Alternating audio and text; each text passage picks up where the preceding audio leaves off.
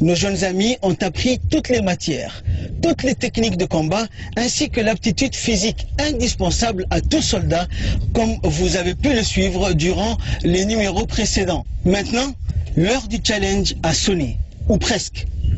Comme vous l'avez vu dans un récent numéro, et après le cours théorique relatif au premier secours d'un camarade blessé, nos amis doivent en faire la démonstration sur le terrain, où toutes les conditions d'un théâtre d'opération sont réunies, autrement dit, la présence d'un ennemi.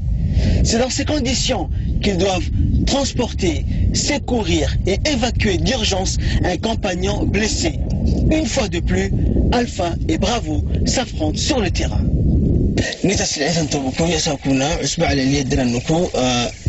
نوعلاني تبا نتبايكي نمغرب يعني ما حكاش لنا الفاكي برافو يعني اولا كي ابتحد دلو انو بيكتهد اقو على يعني مركز اللي يبلني لكن اللي يقعين لكن اللي وقتين الا هو راح باز يعني هيا كو اللي احسن كي وهو قبلنه وين كي معني سلمي ليتنو سمر يا ساكونا اكزرسيس ساكونا ما اكزرسيس يغلب دي بليسي يعني هاي عيب لي مو بليسي كي هي وعنا كني كا اللي بهانا ناي الا ما دكتور كا اللي قدوسنا ناي وهم كي انك هانا اورغانيزاسيون فديما تو اورغانيزا كو ياتكي وعيبتي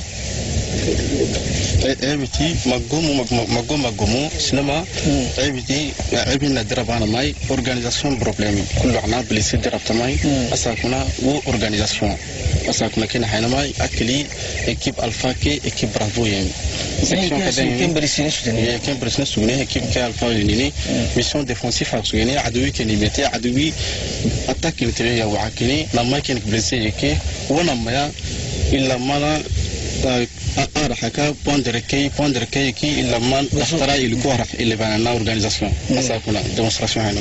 دكوهين كيسين كنت تقوليني إلا قلوان الناي وونو اللي دايلس وان الناي وهين كيسون يعجنهن.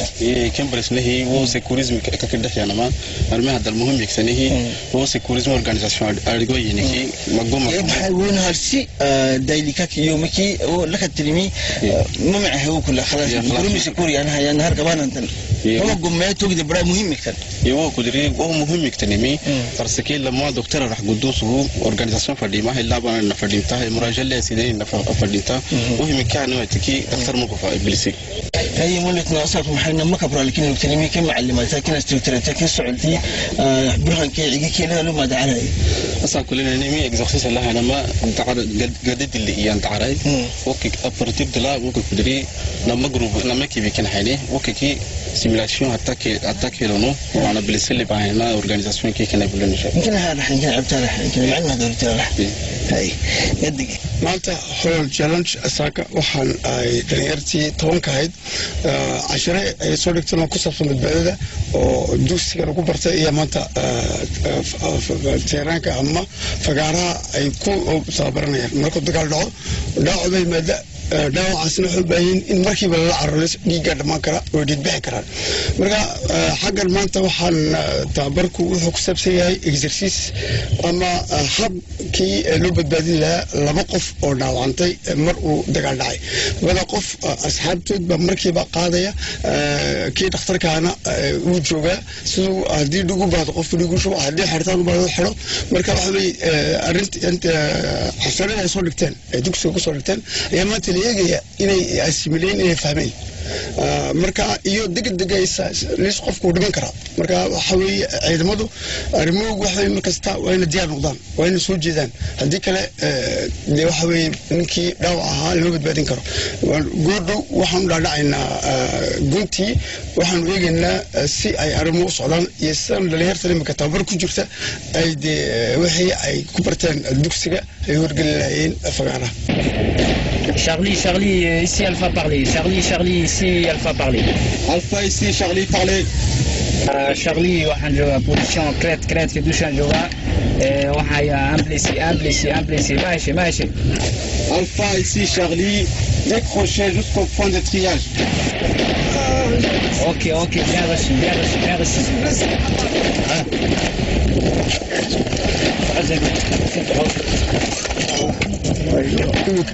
waxaan joognaa goobtii dagaalka waa lagu soo duulay waxaa la socdaa jidhaadii xagga raadiyogii waxaana la socdaa hogaamiyihii nin baa dhaawacmay waa la qaaday laba qof nin baa qaaday oo xambaaray intii kalena waxay dhufayska raggaa soo jeestay saddex baabuka iyo hogaamiyihii ayaa soo jeestay si ay u futashaan areerka ama xagga dambe ay iska eegaan meesha xagga dambe dhabarjibin baa lagu samayn karaa kormeel bay yar degayaan si ay iska eegaan in dhabarjibin lagu samayn iyo laba qof ay sii wado saddex askara iyo hogaamiyihii ayaa oo raadiyooga sida ayaa kulba joojinaya oo la soo jeesanaya in la daba socdo ama dhabarka waxaan barnaamijka goobtii barankaanku yaalay qaybtii horeysa timid iyo dhaawacii horeeyey qaarna dhabarjibintay ka ilaalinayaan saddex askara iyo hogaamiyey iyo ninkii dhakhtarkaa ayaa imika dul jooga dhaawaci oo jilbka ka dhaawan waxaa la siinaya waxa loo yaqaan afka qalaad promiswa ama badbaadidii u horeysay ama dhayintii u horeysay اوكي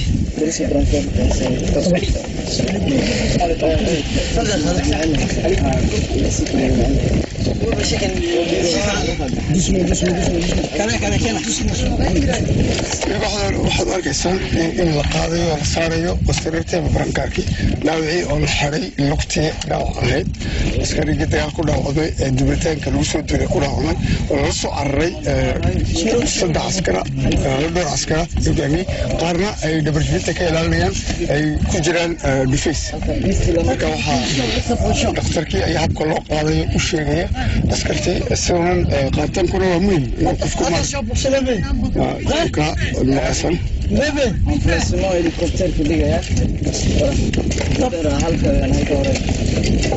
kooxdii horeysay oo qaadaysa meeshii goobtii laga qaadiyay dhaawaca keentay iyagoo maanta dhalinyartani holol challenge ku tartamasay caskaro buuxdo noqdaan badbaadadii isa waxa loo badbaadiyey markuu dagaalku qofku dhaawacmo caskaro dhaawacmo ama dhowr caskaro dhaawacanto ayay ku bartay dugsiga oo qaybta tuulooyinka iminka waa tii goobtay joogaan waxaa laisku diyaarinayaa si ambilaasyo loo qaadi lahayn helikobterka u gaarsiinayeen dhaawacii halista ku jira ama kii aan halista ahaynba labada waa la qaaday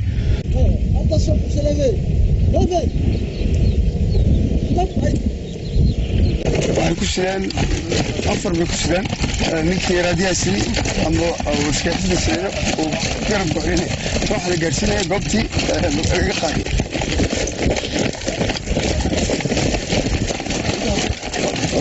la socotaan ka la caraya meel dhaadhac tuur ayaa laga soo dhaadhiciyey oo lala urtiyaa si degdeg lagu gaarsiiyo goobtii lagu gado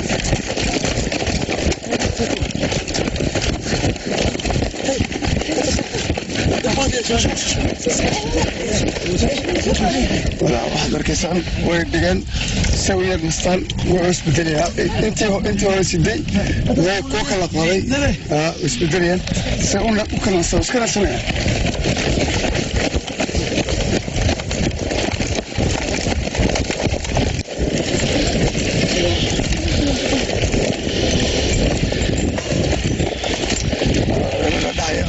turre soo fuleen dib haddana meedaankii weynaa ay galeen meedaankaasaan u malayaa in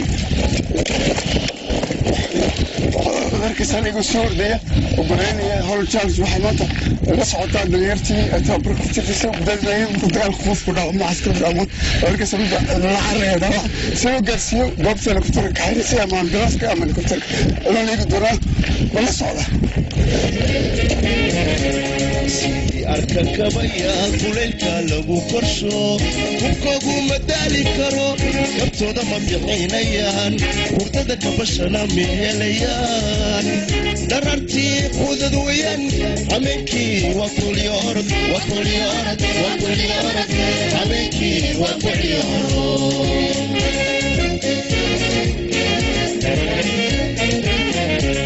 sidii arkakabaya kulaylka lagu korsho hubkoogu madaali karo kabtooda ma bixinayaan hurdada kabashana ma helayaan dharartii qudad weyan hameenkii waa kulyoorod hameenkii waa kulyoorod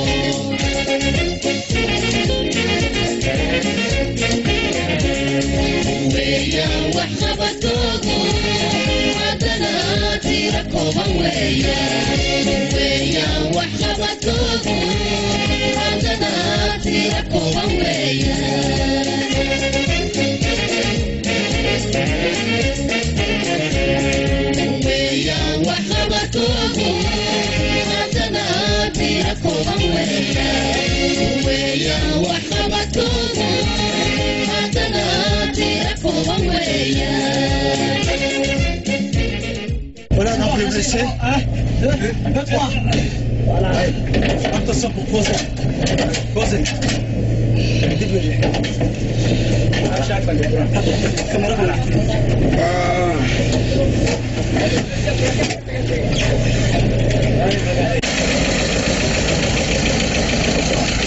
markan aan draska dala socdo isaka lala cararay dhaawacyadooda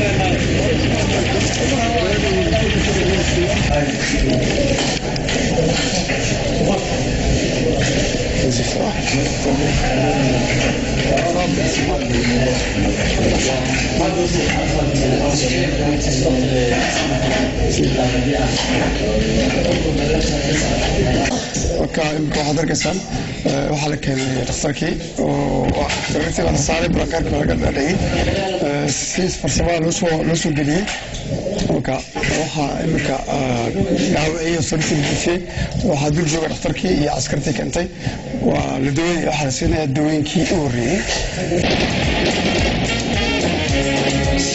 arka kabaya kuleylka lagu korsho hubkoogu madaali karo nabtooda ma bixinayaan hurdada kabashana mehelayaan darantii hudad weyan habeenkii waa kulyoorod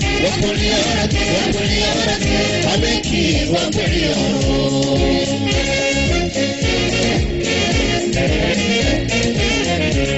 sidii arka kabaya kuleylka lagu korsho hubkoogu madaali karo nabtooda ma bixinayaan hurdada kabashana mehelayaan darantii hudad weyan habeenkii waa kulyoorod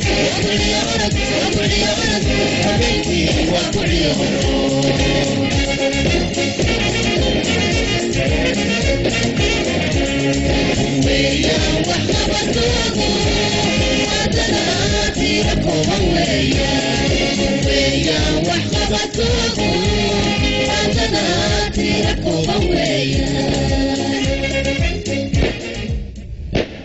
Charlie, ici, bravo. Je suis sur la crête. J'ai un blessé. Je demande l'ordre de décrocher. Bravo, ici, Charlie. Décrocher jusqu'au point de recueil. Décrocher jusqu'au point de recueil. Bien réussi, bien réussi. Dans cette zone, nous sommes dans une zone de guerre. Dans cette zone, la guerre fait rage. Et l'équipe choc compte parmi elle un blessé grave qui doit être évacué d'urgence jusqu'au point de triage où il recevra les premiers soins avant d'être évacué. Donc nous allons accompagner l'équipe. Le blessé est transporté par ses camarades. Rappelons que tous ces gestes de premier secours leur ont été prodigués. Ils ont vu ça durant leur cours en classe. Et là, c'est l'exercice pratique, l'exercice même sur le terrain. Le blessé est le plus souvent transporté par ses camarades. Et ainsi de suite, pendant que d'autres font le guet autour du blessé pour que le cortège ne soit pas attaqué en route.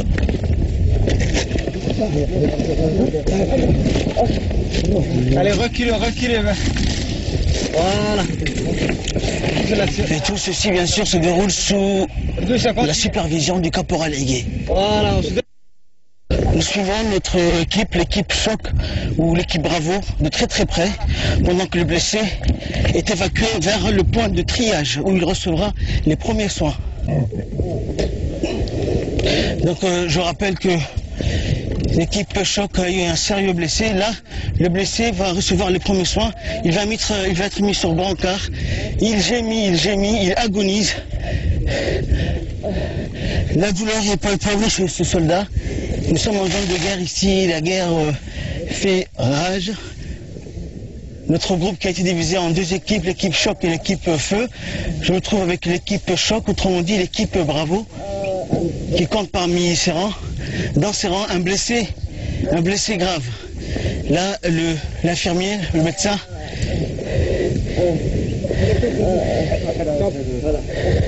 le blessé perd beaucoup de sang.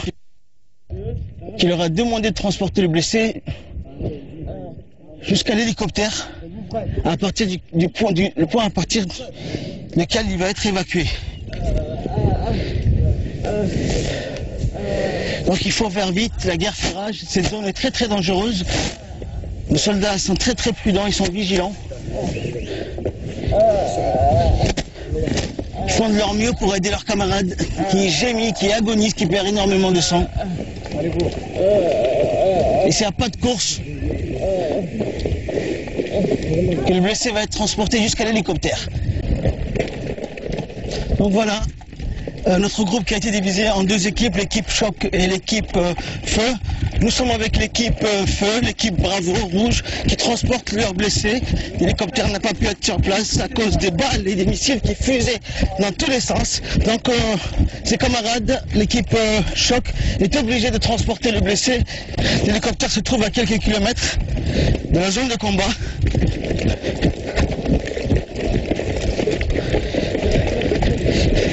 Et nos amis font très attention de ne pas blesser plus qu'il ne l'est leur camarade qui perd beaucoup de sang, mais qui a reçu sur place au point de triage les premiers soins. Et à chaque instant, il doit vérifier si tout va bien pour lui, s'il n'est pas en état de choc, si son état est stable. Voilà. Reprendre leur souffle et c'est parti. Nos amis, après avoir été attaqués par l'ennemi, perdu beaucoup de camarades.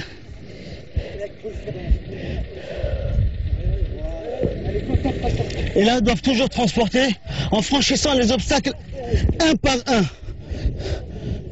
Ils doivent transporter leur camarade qui est déjà mal au point, qui perd son sang, mais qui résiste quand même jusqu'au point d'évacuation. L'hélicoptère, nous rappelons que l'hélicoptère n'a pas pu atteindre la zone de combat à cause des balles et des missiles qui fusaient dans tous les sens. Piou, piou.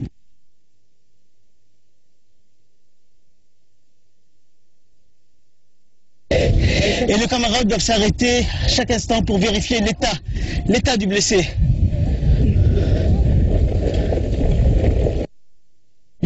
L'équipe Choc nous y sera encore dans 100 à 200 mètres.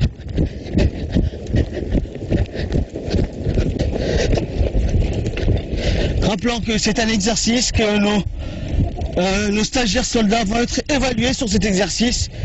Et tout ceci se déroule sous la supervision du colonel commandant l'école militaire, le colonel Omar Ali Gadi.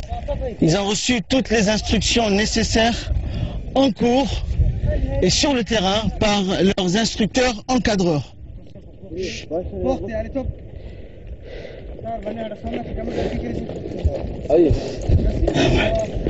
Pas de course.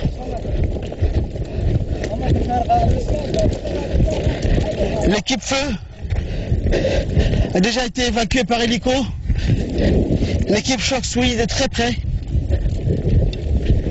L'état du blessé est stable pour le moment.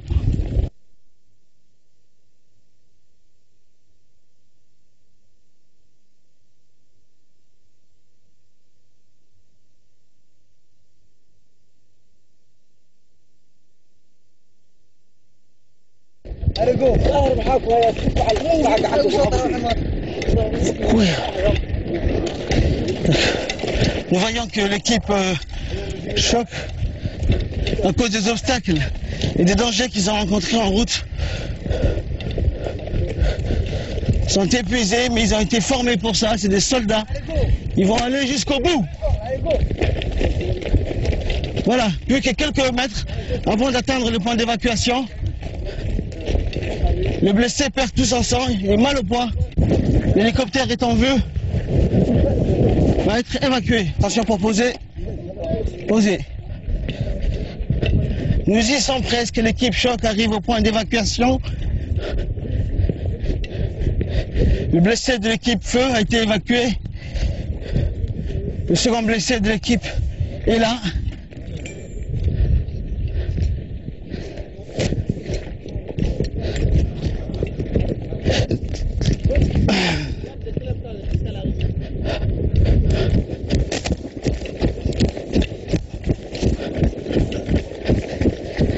Nous y sommes presque. On arrive au point d'évacuation.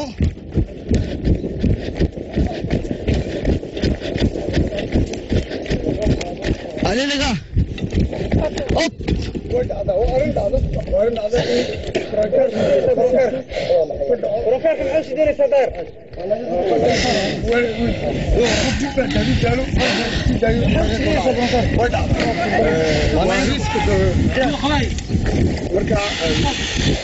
Nous sommes arrivés au point d'évacuation, enfin. Le blessé pourra être évacué et recevoir les soins adéquats.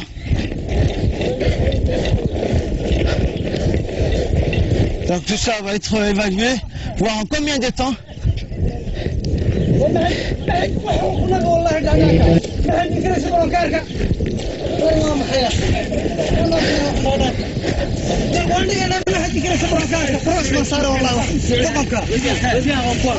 Voilà, l'équipe choc est en train d'arriver. Le blessé est là, il vient d'arriver au point d'évacuation, transporté par ses camarades.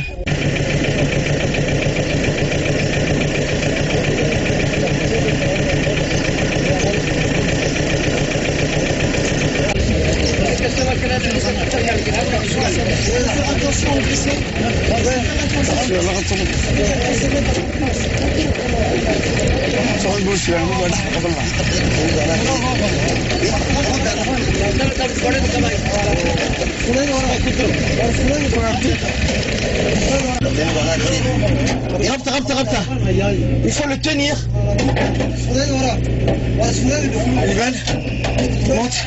Monte.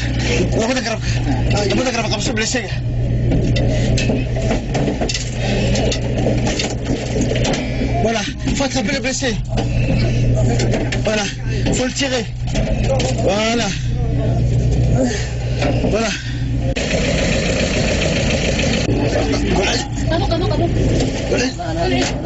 واحد معناتها مثلا اكزرسيس وسابسن سيكوريزم كاع تكون ديغاتن كلاسك دي واحد اللي تسيي مركو دغال دعو زون دغير سي بليسي قال لو سارو ايفاكياسيون كاع بوين دو ترياج كاع الا بوين ديفاكياسيون كاع هليكوبتر كاع امبولانس كاع سا لو فوشو بالمات دي ساد اركيسين واركي وهو داشين vous avez couru plusieurs centaines de mètres vous avez transporté le blessé vous-même donc ساد اركيسين ما تساني ولا عادي يقور المشعور تي واحد انا ودي ما دتيران انا كو ارغني والله ده سفي عن بدل وادي الهرتا وني قدع كرايا waa ilaalinayna waqti kasta waa eegani socodkeena miir baan soconay baakaano si waan ku soconay miir baan lagu soconay si fiican baan soo dhamatay aa ku inta saxaabteena si fiican baan soo dhamaynay alxamdulillah gacanta buu ka caawirmay gacanta walaalkeen ka caawirmay blessé gacantii baan daweynay hagaajinay marka soo xirmay iskuulka doon la sanad soo saxiyo markaan waxayna yaa soo kaxaynay انت اللي سوق هذه الامي ديفان كي غاردي كي nous défendait حق دم حق دم والله بالله rien n'était facile. Pourtant, on s'est débrouillé bien. Le seul problème qu'on a vu ce matin, c'est qu'il y a eu un malentendu dans notre équipe. والله بالله ان شاء الله وحنا كده الناس malentendu كا entendu كان وهو جنا ان شاء الله سنسفي عن سكون مغلين جروب insha allah waxaan ma jiro wixii kor ku dhiganaa meesha ku abdikino tiraanka iyo ontoonkii gruubka ismaqalkiisa waa kor dadaalnay labaadna dhibaato badan inada dhama ka soo wadnay qof kasta u dalay marka wasba bedelina in second isku bedelina laakiin taa kale alxamdulilah allah de asxaabtina waa ku filisteen intay shaqada wala qabsan si fiican wala qabsan sideedii oo wala qabtay taana alxamdulilah aleena ilaahay waa la garab kala aleena أمر يعني نقف كعلان نقف إلا تي نقف به وعيل عيشه قرا قبة اللقوي شنتا قبة اللقوي كعيل لو كاب عيل شيء ما له يعيشه فرنا كعيل اللي لا تان كيسة قاعد كان سر كادونا كاي كراعي بلشيك يعني بس ما يعني الكولا بس ما وين كان كراعي نيد موراليسي أبته بركار كاينه بركار بوزيشن كانوا كويس شنطه لو غرلكو الا تبلكو بكيلو كان يديه وما تعبنا تعب من تعبك يمكن انت بتلاقي انت المحي وعدنا بوزيشن نورمال مو بلشيك اني مثبتها اسبوع وانا كان زقيكي يختار كان وش بتاع بوزيشن وبيصير شغلنا إنت بدي لخشونه بوزيشن كنا شغلنا إنت بدي لخشونه مشكلة قصو اللي بحكي لسه كان هارك بتجيني كيم حياة تيمي عين مسينت ما حلتا يا نجاني ما بس كي إنت بدي لك أو بيشك تيجي كفرنا شوف تعبنا ما فرنا إلا قصو مدرسنا بحثيني باني إلا قصو أبدأ حلشنا إلا تختار لها يعني لكن ما له تعبنا إذا بحثنا نكى ملاد بهنا ما شو خديه difficile hein très difficile vraiment donc ما نتيجة قلنا كان الحمد لله اللي ندحري موقف واحد نظيمة ما كان سيدي مستحيل كذا هذا بلسين عظيم comme sécurisme نحن كسمينا comme va salle de cours donc واحد appliqué tel que là si mon semaine مع commandement là celui qui m'a arrêté هكذا ولا مرة à gauche مع commandement بحني سيدي معنا كنا بري ما سمينا لكن إحنا كقالتي دلبن waxaan laga doonayay inaan bilisayga hore aan u keeno meeshii point d'évacuation-gii aan lagu saarayay ambulance-ka alhamdulillah nada hore aan soo saaray. Pour la clôture de ce numéro, j'ai choisi comme invité à mes côtés le chauffeur attitré de Hol Hol Challenge, Ali Farah. Je vous dis au revoir et sera heureux de vous retrouver dans de nouvelles aventures du Hol Hol Challenge.